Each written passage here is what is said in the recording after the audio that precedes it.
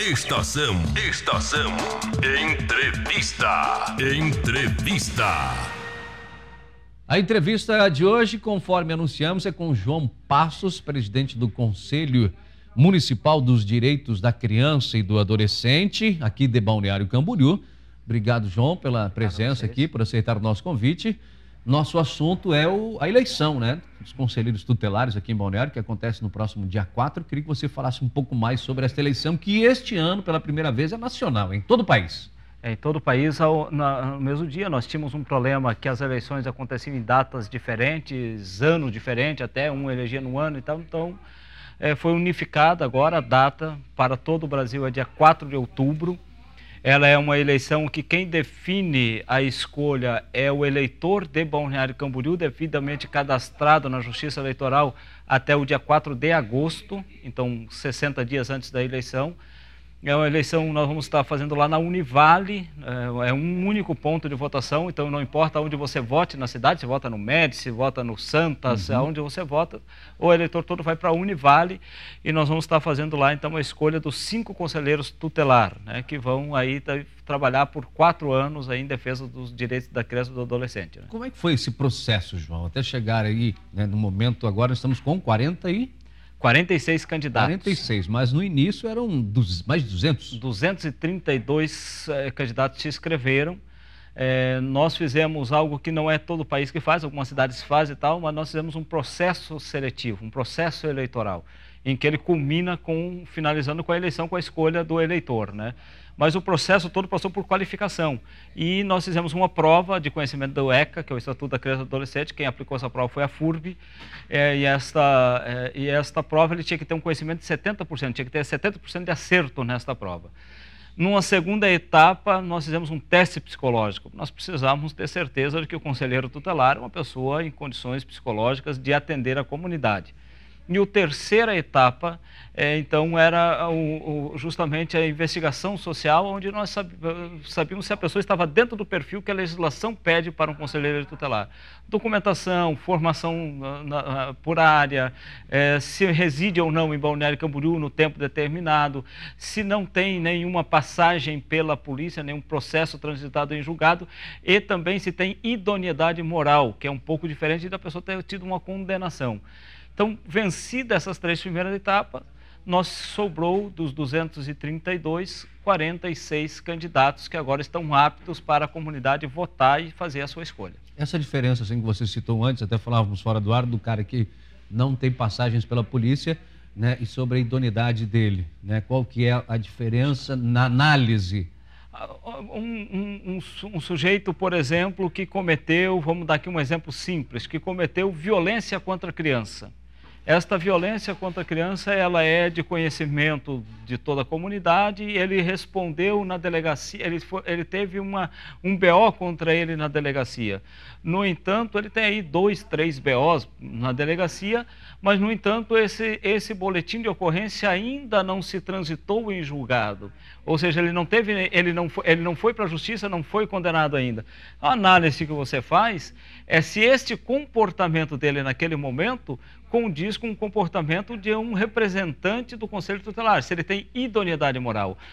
O conceito da idoneidade moral no país, ele vai além. Se nós fôssemos a fundo no conceito da idoneidade moral, lógico que a gente não aprofundou tanto assim, mas se nós fôssemos a fundo, até o sujeito estar no SPC e no Serasa, já comprometeria a sua moral.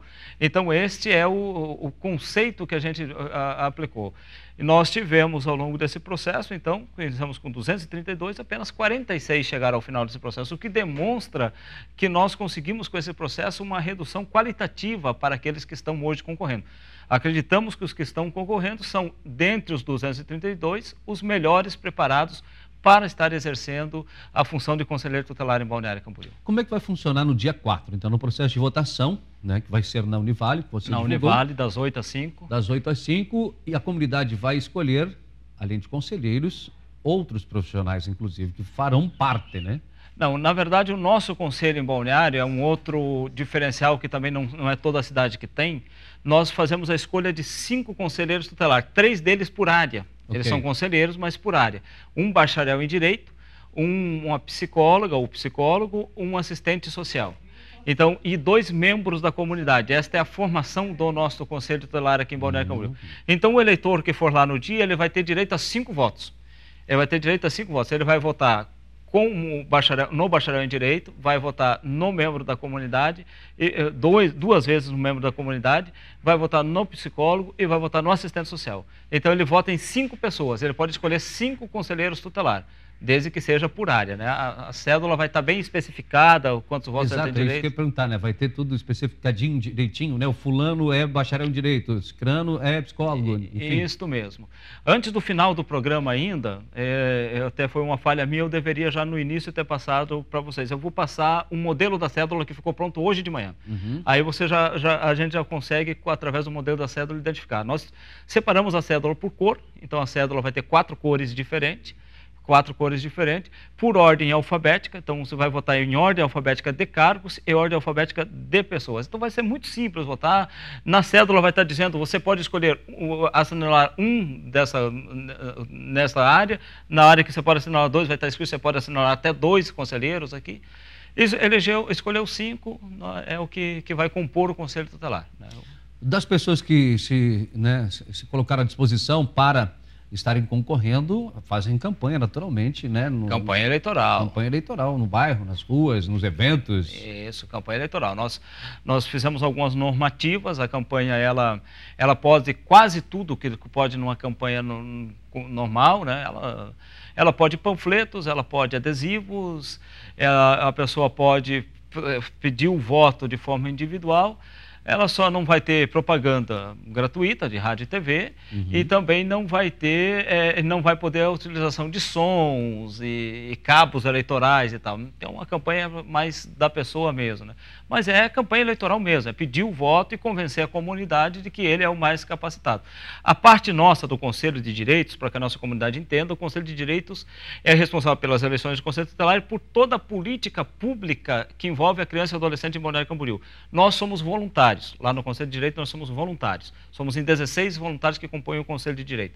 É de organizar e de garantir para a sociedade o acesso à votação e que ela tenha acesso a pessoas idôneas para votar. Essa é a nossa parte. A parte da comunidade é ouvir os candidatos a conselheiro tutelar e escolher aqueles que eles acham que melhor representam a comunidade, né? Porque o conselheiro tutelar ele é um representante da comunidade.